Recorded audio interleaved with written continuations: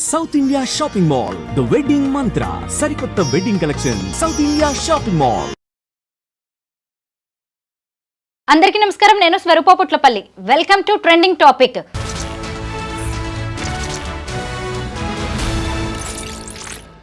నేటి యువత ఏం కోరుకుంటోంది?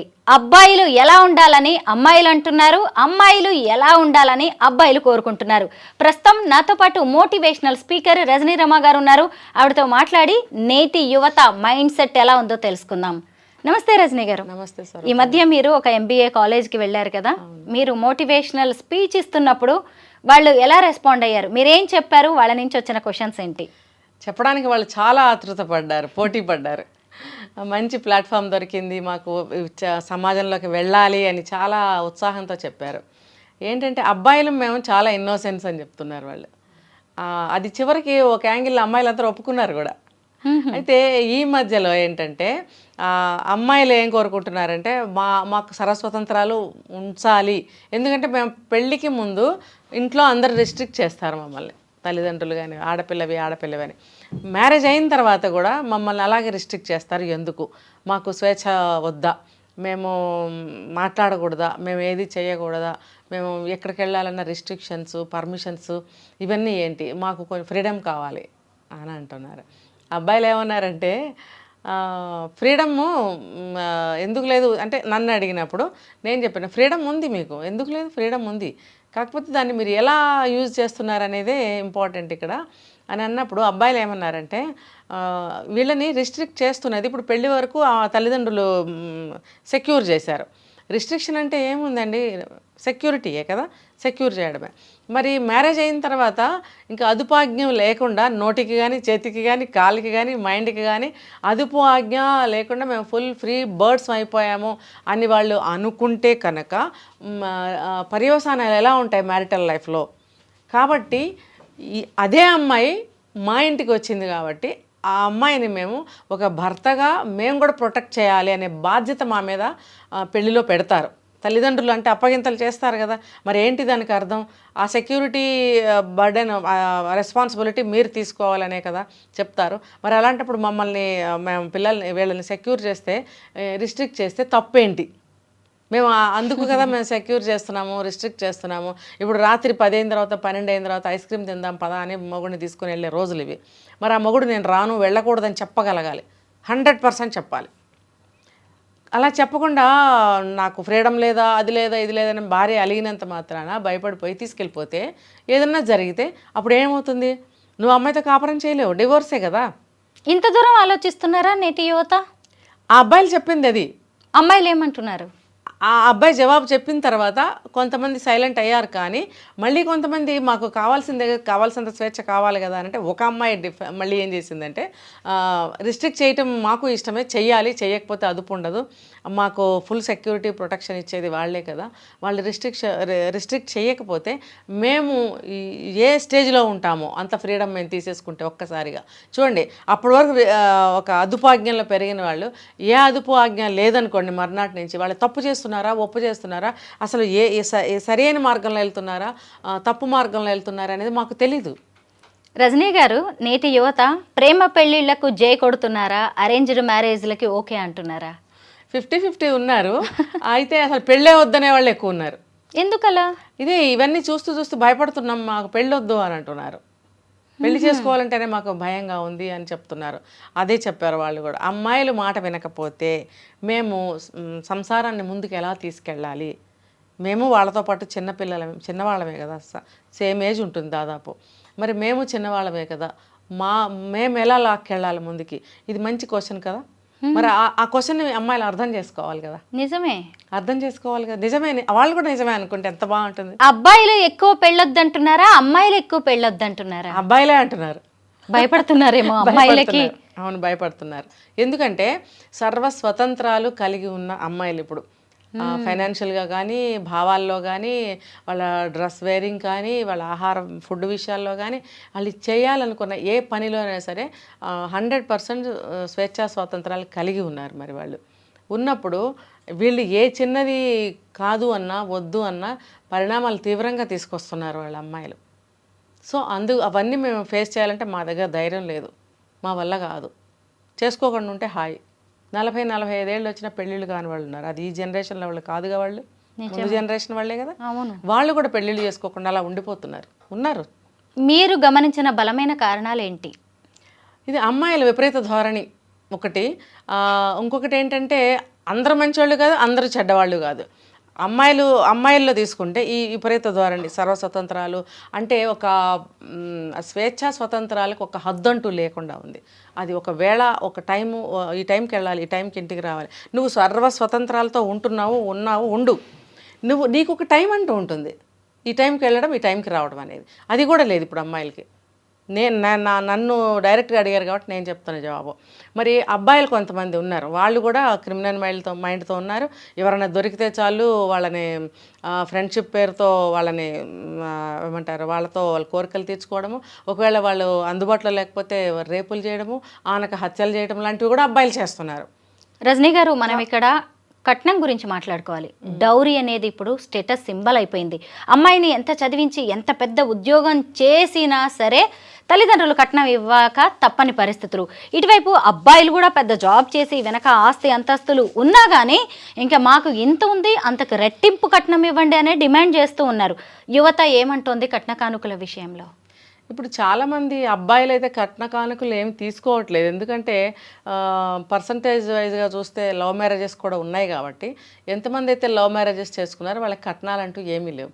ఇష్టపూర్వకంగా అమ్మాయిని బాధ పెట్టకుండా ఉంటాడులే, బాగా చూసుకుంటాడులే అనుకున్న వాళ్ళు ఇస్తున్నారు కొంత. అదే అరేంజ్డ్ మ్యారేజెస్లో అయితే అడుగుతున్నారు కట్నాలు. మరి అడిగేవాళ్ళు అడుగుతున్నారు, ఇచ్చేవాళ్ళు ఇస్తున్నారు. అది వాళ్ళ ఇష్టం మీద ఆధారపడింది. దానికంటూ ఏమీ రిస్ట్రిక్షన్స్ ఏమీ లేవు కదా. చట్టాలు ఉన్నా కూడా అది ఎవరు అమలు చేయట్లేదు కదా. వాళ్ళ ఇష్ట ప్రకారం ఇచ్చుకుంటున్నారు, తీసుకుంటున్నారు. అది ఇద్దరిది తప్పే, కానీ వాళ్ళు ఇష్టంగా తీసుకుంటున్నారు, ఇచ్చుకుంటున్నప్పుడు దానికి మనం ఏమీ చెప్పలేం.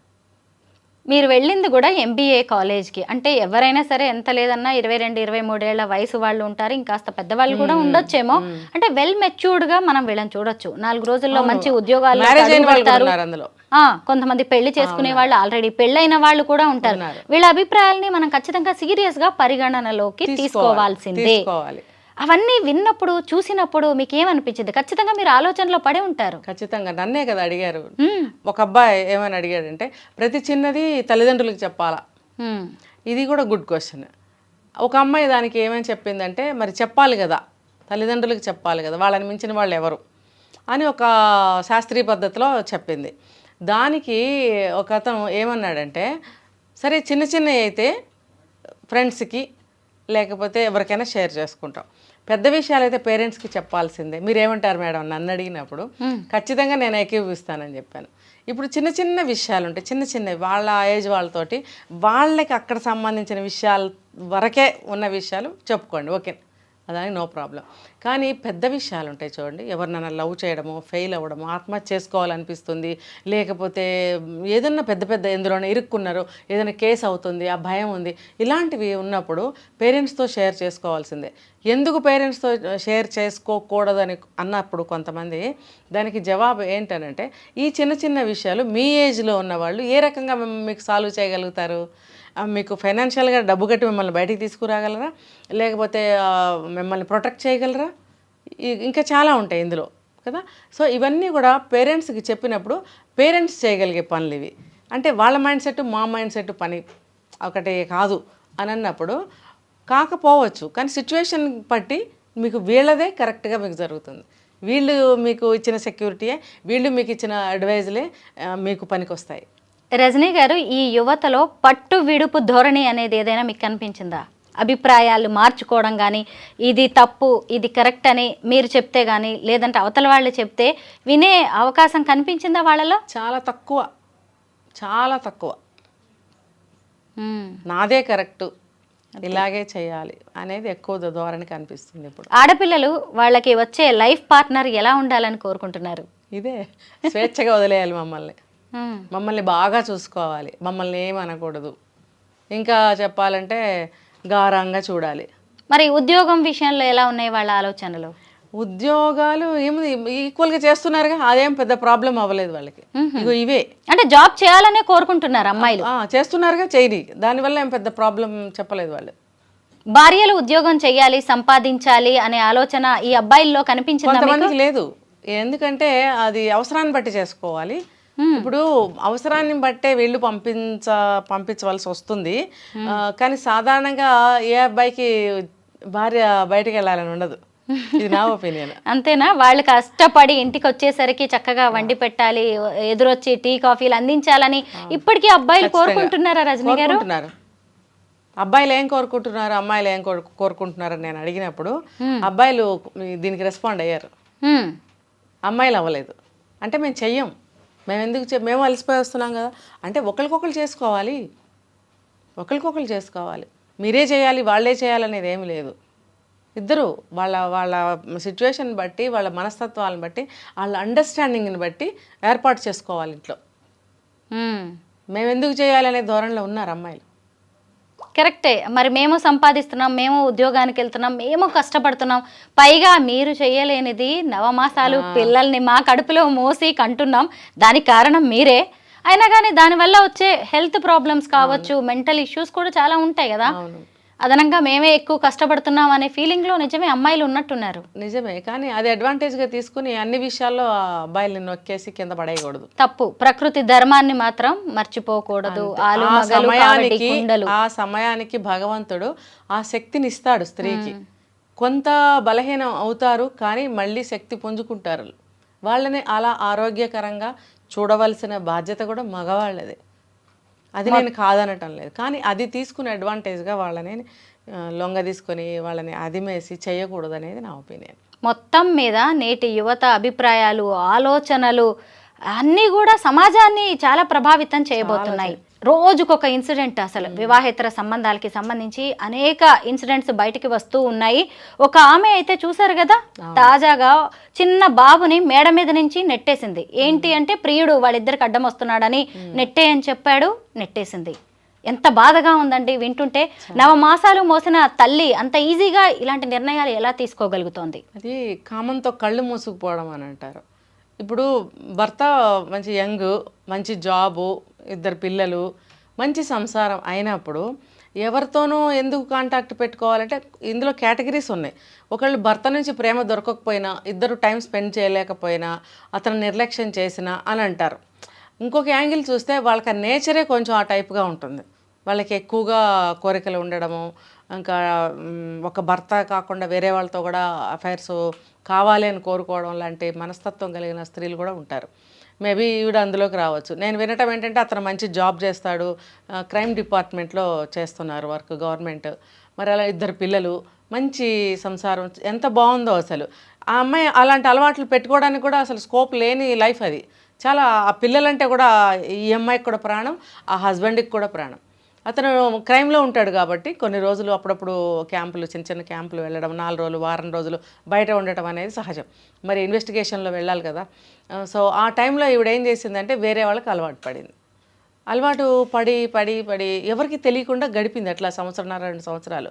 తర్వాత ఏమైంది, ఎవరితో అయితే ఈ అమ్మాయి అఫైర్ పెట్టుకుందో అతను కూడా ఏదో గవర్నమెంట్ జాబ్ అనుకుంటా, లేక ఏదో నాకు తెలియదు, ట్రాన్స్ఫర్ అయ్యి వేరే దగ్గరికి వెళ్ళి ఒక 1 మంత్ రాకపోవడం వల్ల నాకు బోరు కొడుతుంది అని అన్నప్పుడు భర్త ఏం చేశాడు, బిజినెస్ పెట్టుకో ఏదన్నా అని చెప్పి కింద వాళ్ళ ఇంటి కింద ఉన్న ఒక షట్టర్ ఒకటి రెడీ చేసి ఆమెకి ఏదో చిన్న బిజినెస్ పెట్టించినప్పుడు బాగానే ఉంది. కొద్ది రోజులు మళ్ళీ అతను తిరిగి వచ్చాడంట.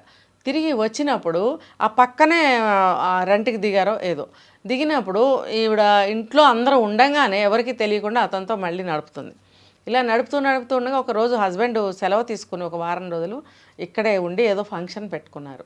ఫంక్షన్ పెట్టుకున్నప్పుడు ఆ ఫంక్షన్లో కూడా అతను పిలవటము, వారం రోజులు సెలవు పెట్టుకుని హస్బెండ్ ఉన్నాడు కదా, నిన్ను చూడలేదు, నువ్వు రా అని చెప్పి డాబా మీదకి పిలవడము, ఈమె వెళ్ళడము, అక్కడ 2 కమిట్ అవ్వడము. అది పక్కనే చిన్నపిల్లడు అమ్మ వెళ్తుంది కదా అని తను వెళ్ళినట్టున్నాడు. వీళ్ళు చీకట్లో చూడకపోయేటప్పటికి మధ్యలో పిల్లాడు పిలవటమో అటు ఇటు కదలటమో ఏదో చేస్తారు పిల్లలు.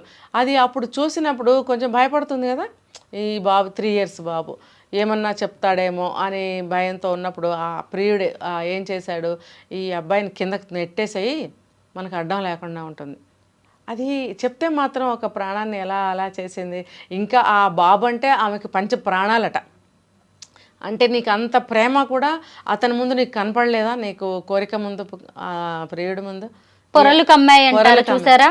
ఏమని చెప్పాలి ఇలాంటి వాళ్ళని? నీచులు అనాలా, నికృష్టులు అనాలా, కామ పిశాచి అనాలా, మోసగత్తె అనాలా, ద్రోహి అనాలా, ఏం అనాలి? భార్య అన్న పదానికి ఏమన్నా అర్థం ఉందా చెప్పండి? చిన్న పసిప్రాణం, అవతల వాడేమీ కనలేదు, వాడేం తండ్రి కాదు. వాడు అంటాడు నువ్వెలా తోసేస్తావు అనగానే తోసేసింది కిందకి. ఫస్ట్ ఫ్లోర్ అయినప్పటికీ కూడా 3 ఏళ్ల బాబు పక్కన ఇట్లా తోస్తేనే కింద పడతాడే, అట్లాంటిది పైనుంచి తోసేస్తే ఇంకా బ్రతుకుతాడా? హాస్పిటల్ అడ్మిట్ చేస్తే చనిపోయాడు. ఏంటి భర్తకేమో బట్టలు తీసుకురావడానికి వెళ్తే నా వెనకాల వచ్చాడు, నేను పడిపోయాడు చూసుకోలేదని చెప్పేది. ఎవరైనా నిజమని అనుకుంటారు, కానీ భర్తకైతే ఎక్కడో కొంచెం ఇదేంటి ఇలా జరిగింది అని అనుకున్నాడు. వాళ్ళ అత్తగారు కూడా నాకైతే అనుమానంగా ఉంది అని అన్నదట. ఆడవాళ్ళు ఇలాంటి విషయాలు కొంచెం బాగా కనిపెడతారండి, మగవాళ్ళు అంత తొందరగా కనిపెట్టలేరు. భార్య చేసేది మంచా చెడ్డ, నటన, మోసం అనేది మగవాళ్ళు తొందరగా తెలుసుకోలేరు, చాలా టైం పడుతుంది వీళ్ళకి. కానీ ఆడవాళ్ళు నిమిషంలో గ్రహిస్తారు. ఒక్క నిమిషం చాలు, వాళ్ళ బాడీ లాంగ్వేజ్ కానీ, మాట తీరు కానీ, ఏదైనా బిహేవియర్ అన్నీ తెలిసిపోతాయి. సో మగవాళ్ళ ముందు కొంతమంది నటిస్తారు, ఆ నటన నిజమైన ప్రేమ అనుకుంటారు. అందులో పడి కొట్టుకునే లోపల జరగాల్సిన ఇదంతా జరిగిపోతూ ఉంటుంది పక్క నుంచి. ఆ తర్వాత వీళ్ళు ఇంకా అందులో పడి లేవలేరు ఇంకా ఈ మగవాళ్ళు. అది తెలుసుకోవాలి, ప్రతి మగవాళ్ళు తెలుసుకోవాలి. అంటే అందరు ఆడవాళ్ళు అలా ఉంటారని నేను చెప్పను. ఇలా చేసే ఆడవాళ్ళ దగ్గర వాళ్ళ హస్బెండ్స్ కానీ ఎవరైనా జాగ్రత్తగా ఉండాలి, ఇంట్లో మెంబర్స్ కానీ. ఈ మహిళ ఏమో కడుపును పుట్టిన బిడ్డనే చంపేసింది, ఇంకొక వైపు చూస్తే కట్టుకున్న భర్తల్ని చంపిన వాళ్ళు ఎంతమంది ఈ మధ్య కాలంలో మీరట్లో చూసారా? భర్తని చంపి డ్రమ్ములో పెట్టి ఈమె ముక్కలు చేసి డ్రమ్ములో పెట్టి విహారయాత్రలకి ప్రియుడితో వెళ్ళిపోయింది. ఈ మధ్య కాలంలో వరంగల్లో జరిగిన డాక్టర్ సుమంత్ రెడ్డి ఇన్సిడెంట్, ఆమె గవర్నమెంట్ లెక్చరర్, ప్రియుడి మోజులో పడి భర్తని ఎంత దారుణంగా ఫ్లోరా మరియా అనే ఆమె చంపించిందో ఇవన్నీ మనం చూస్తూనే ఉన్నాం. వీళ్ళు అసలు సమాజాన్ని ఎలా ఫేస్ చేద్దాం అనుకుంటారు? తర్వాత ఇదంతా తెలియదు అనుకుంటారు వాళ్ళు సింగిల్ హ్యాండ్తో చేయరు కదా, వేరే హ్యాండ్తో చేస్తారు. నా మీదకి రాదులే అనుకుంటారు వాళ్ళు కూడా, నీకేమీ ప్రమాదం ఉండదులే అని వాళ్ళు ఉసిగొల్పుతారు. ఏదో ఆ ఉన్మాదంలో, ఆ వేడిలో వాళ్ళు ఏం చేస్తున్నారో బ్రెయిన్ పనిచేయదు, వాళ్ళకి ఒకటే ఉంటుంది, వీడిని లేపేయాలి. తర్వాత ఏంటనేది ఇప్పుడు అందరు జైల్లోనే ఉంటారుగా, శిక్షలు కూడా ఉంటాయి కదా వాళ్ళకి. మరి అది తెలీదా ముందుకు? అందరూ చదువుకున్న వాళ్ళే కదా. అంటే ఏంటంటే ఒక గుడ్డితనంలో అన్నమాట, ఒక ఇంకేమంటారు, కామాంధులు అంటారు కదా, అది ఇంకా దానికి వేరే కరెక్ట్గా పెట్టారన్నమాట, దానికి మించిన వర్డ్ లేదు. కామాంధులు, ఆ అంధకారంలో వాళ్ళకి ఇంకేం కనపడదు. అదేదో జరిగిపోయిన తర్వాత ఇంకా వాళ్ళు ఏడుస్తూ కూర్చుంటారు. ఊహించినా కూడా ఆ ఇదిలో వాళ్ళకి అర్థం కాదు, ఏమైనా సరే నాకు ఇది కావాలి అంటారు చూసారా, ఆ టైప్ అన్నమాట. పిల్లి కళ్ళు మూసుకొని పాలు తాగుతూ తనని ఎవరు గమనించట్లేదు అనుకుంటుందంట. ఇలా ఇల్లిసిట్ అఫైర్స్ పెట్టుకునే ఆడవాళ్ళు కావచ్చు, మగవాళ్ళు కావచ్చు, ఇదే భ్రమల్లో బతుకుతూ ఉంటారు. అవును, అది వాళ్ళు తెలుసుకోవాలండి. వాళ్ళని చేసుకున్న భర్తలు కూడా ఒక కన్ను వేసి ఉంచాలి. మొన్న ఒక దగ్గర నేను విన్నాను, మేము ఆడపిల్లల్ని ప్రొటెక్ట్ చేస్తాము, అది వాళ్ళకి నచ్చట్లేదు అని కొంతమంది మగవాళ్ళు చెప్తున్నారు. మరి ఎందుకు అలా ప్రొటెక్ట్ చేస్తున్నారు, ఎందుకు రిస్ట్రిక్ట్ చేస్తున్నారు అనేది వీళ్ళు కూడా తెలుసుకోవాలి. మగవాళ్ళు కూడా కొంత రిస్ట్రిక్షన్ పెట్టాలి, మరీ శాడిస్టుల్లాగా పెట్టకూడదు. వాళ్ళని చూసి కాస్త వీళ్ళు ఎటువైపు వెళ్తున్నారు, వీళ్ళ స్టైల్ ఎలా ఉంది అనేది గమనిస్తూ కొంచెం రిస్ట్రిక్ట్ చేసుకోవాలి ఆడవాళ్ళని. రజనీ గారు, పాతకాలంలో ఒక సామెత ఉండేది, పండుగ రోజు కూడా పాత పెళ్ళామేనా అని, అంటే మగవాళ్ళు అన్నట్టుగా ఉండేది. ఇప్పుడు చూస్తే దీన్ని రివర్స్ చేసి కూడా చెప్తున్నారు, ఇదే మొగుడుతో జీవితాంతం బతకాలా అన్నట్టుగా. ఎందుకు ఇలా మహిళల మెంటాలిటీ కూడా మారిపోతుంది? అంటే వస్తున్న చట్టాల్లో కూడా ఇలాంటి మార్పులు వస్తున్నాయి కదండి, అది కూడా పెద్ద తప్పే నా దృష్టి, నాకు అనిపించింది. మరి ఈ కొత్త చట్టాలు ఫ్రీ చేసేస్తున్నాయి చాలా విషయాల్ని. అలా అది చేయటం వల్లే ఆ తర్వాతే కదండి ఇవన్నీ ఇన్ని ఎక్కువైపోయాయి. గతంలో ఎప్పుడో ఒకటి ఏదో జరుగుతూ ఉండేవి, అవి అంత బయటకు వచ్చేవి కాదు. ఇప్పుడు ఎప్పుడైతే చట్టాలు అయ్యాయో ఇవన్నీ కూడా వీళ్ళు ఫ్రీగా ఇష్టం వచ్చినట్టు వెళ్తున్నారు. ఒక భార్య ఎవరితోనే వెళ్ళొచ్చు, ఒక భర్త ఎవరితోనే వెళ్ళొచ్చు, మా ఇష్టం అనే దగ్గరికి వెళ్ళిపోయారు. ఇంకా చంపేయడమో, చచ్చిపోవడమో, లేదంటే విడాకులు తీసుకోవడమో జరుగుతున్నాయి. మరి ఈ చట్టాలు కొన్ని వెనక్కి తీసుకుంటే బాగుంటుంది మళ్ళీ. అంటే నిజమే, దుర్వినియోగం అవుతున్న 4 చట్టాల్లో ఒకటి గృహహింస అంటున్నారు. బట్ మన మహిళలం ఎంతో కష్టపడి పోరాటాలు చేసి సంపాదించుకున్న చట్టం ఇది, కొంతమంది మిస్యూజ్ చేస్తున్నంత మాత్రాన మళ్ళీ వెనక్కి తీసుకుంటే మనమే కష్టాల్లో పడతాం. చట్టం కాదు, ఇప్పుడు అక్రమ సంబంధాలు ఎవరితోనైనా పెట్టుకోవచ్చు. ప్రత్యేక చట్టాలు రావాల్సిన అవసరం అయితే ఉంది. దీనికి కూడా చేశారు కదా. ఇవి దీనివల్ల ఆ రోజుల్లో కానీ ఈ రోజుల్లో ఎప్పుడైనా నష్టాలే జరిగినాయి ఈ అక్రమ సంబంధాలు పెట్టుకోవడం వల్ల. కాబట్టి ఇటువంటి కుటుంబాలే కూలిపోయినాయి. ఈ చట్టాల్లో కూడా మళ్ళీ సబ్సెక్షన్స్ పెట్టుకుంటే మంచిగా ఉంటుందని నాకు అనిపిస్తుంది. అంటే కొన్ని ప్రత్యేకమైన ఏమంటారు పరిస్థితుల్లో అనేటువంటి క్లాజులు పెట్టి కొన్ని సబ్సెక్షన్స్ ఏమన్నా పెడితే బాగుంటుంది నాకు అనిపిస్తుంది. రజనీ గారు, ఒక భర్త కానీ భార్య కానీ మరో వ్యక్తితో అఫైర్లో ఉన్నారు అని ఎలా తెలుసుకోవచ్చు? ఎలాంటి సూచనలు ఉంటాయి? ఇంకొక పార్ట్నర్ ఎలా జాగ్రత్త పడితే మంచిదంటారు? మగాడిని కనుక్కోవడం కష్టం, కొంచెం ఆడవాళ్ళని ఈజీగా కనుక్కోవచ్చు. ఎలా? ఓవర్గా చేస్తుంటారు వీళ్ళన్నీ కూడా. అంటే ఎక్కువ అతి ప్రేమ చూపించడం, టైంకి ఇవ్వడము. టైంకి ఎందుకు ఇస్తారంటే టైంకి పంపించేయాలి బయటికి. ఎందుకంటే నేను చాలా కేసులు నాకు కూడా వచ్చాయి, నాకు అందుకని చెప్తున్నా. అవును, మీ దగ్గరికి కౌన్సిలింగ్ కి వస్తూ ఉంటారు కదా, ఏం చెప్తూ ఉంటారు? అసలు కనుక్కోలేమండి, ఎంత బాగా ఉంటుందోనండి మా భార్య నాతోటి. అసలు ఎక్కడా కూడా ఒక్క నిమిషం లేట్ చేయదు, నాకు ఏది నన్ను అడగకుండానే చేస్తుంది. ఇలా చేస్తుందని నేను అనుకోలేదండి. ఇలా చేయటానికి అలా చేస్తారని తెలుసుకుంటే చాలు. అంటే కొంతమంది ఇంకొక కారణంతో కూడా ఇలా ఉంటారు. భర్త తన మాట వినాలి, తననేం అనకుండా ఉండాలి అనే ఇదిలో కూడా అన్నీ అందించేస్తూ ఉంటారు. ఏంటంటే అలా కూడా భర్తలను లోపరుచుకునే ఆడవాళ్ళు ఉన్నారు.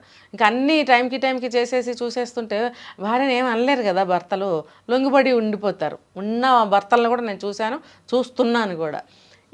ఈ టైప్ ఆఫ్ మనుషులేమో ఈ కారణం కోసం ఇలా ఉంటారు, అతిగా చేస్తుంటారు. అతిగా ఎవరైతే చేస్తారో ఈజీగా కనుక్కోవచ్చు కదా, ఏంటి ఓవర్ చేస్తుంది అని అనరా ఇప్పుడు. ఫోన్స్ ఇప్పుడు కదా 24 గంటలు ఫోన్లు పట్టుకొని ఉండడము, సీక్రసీ మెయింటైన్ చేయడం. ఖచ్చితంగా ఎక్కువ కొంచెం కోపం చూపిస్తున్నారంటే కూడా కనుక్కోవాలి. ఎందుకంటే వాళ్ళ ప్రైవసీ డిస్టర్బ్ అయినప్పుడు కూడా కోపం వస్తుంది కదా. కాబట్టి ఆ కోపాన్ని బట్టి కూడా మనం కనుక్కోవచ్చు. చీటికి మాటికి పిల్లల్ని విసుక్కోవటం, ఒక దెబ్బ వేయడము, మామూలుగా వచ్చే కోపం వేరుంటుందండి. ఆ సిచ్యువేషన్లో వచ్చే కోపాలు వేరుగా ఉంటాయి. ఒక అడ్డంగా ఫీల్ అయ్యే కోపం అనమాట అది. ఒకళ్ళు మనకు అడ్డం వచ్చినప్పుడు పైకి అనలేము, కానీ ఏదో ఒకటి చూపిస్తాను చూస్తారా, ఆ రకంగా ఉంటుంది ఆ కోపం. భర్త లేదా అంటే భార్యని చిన్న చూపు చూడడం, చులకనగా మాట్లాడడం, ఇవన్నీ కూడా సిమ్టమ్సే.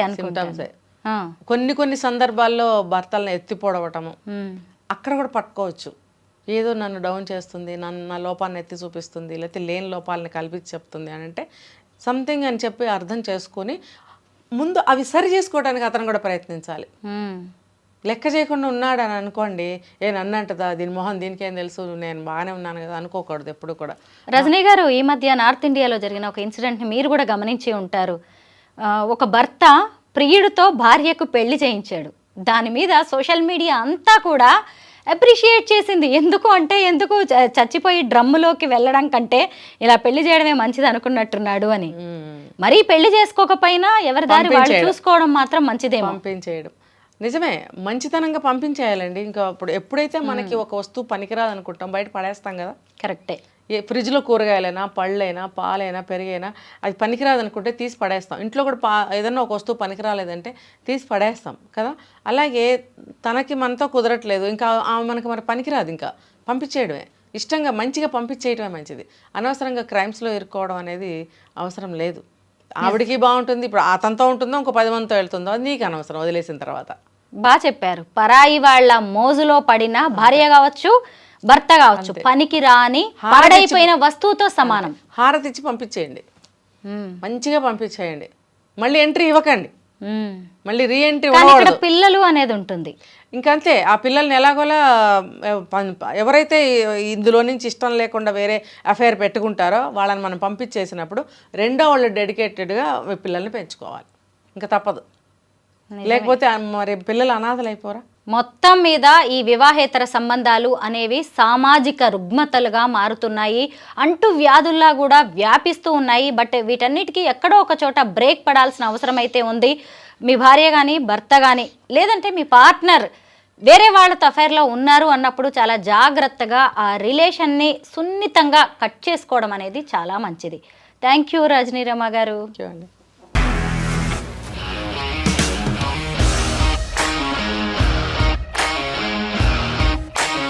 ఇండస్ట్రీలో కమిట్మెంట్ ఇష్యూస్ వస్తే నీకు కూడా వచ్చినట్టు. మార్నింగ్ తీసుకెళ్ళాలంటే కొద్ది పడేస్తారు.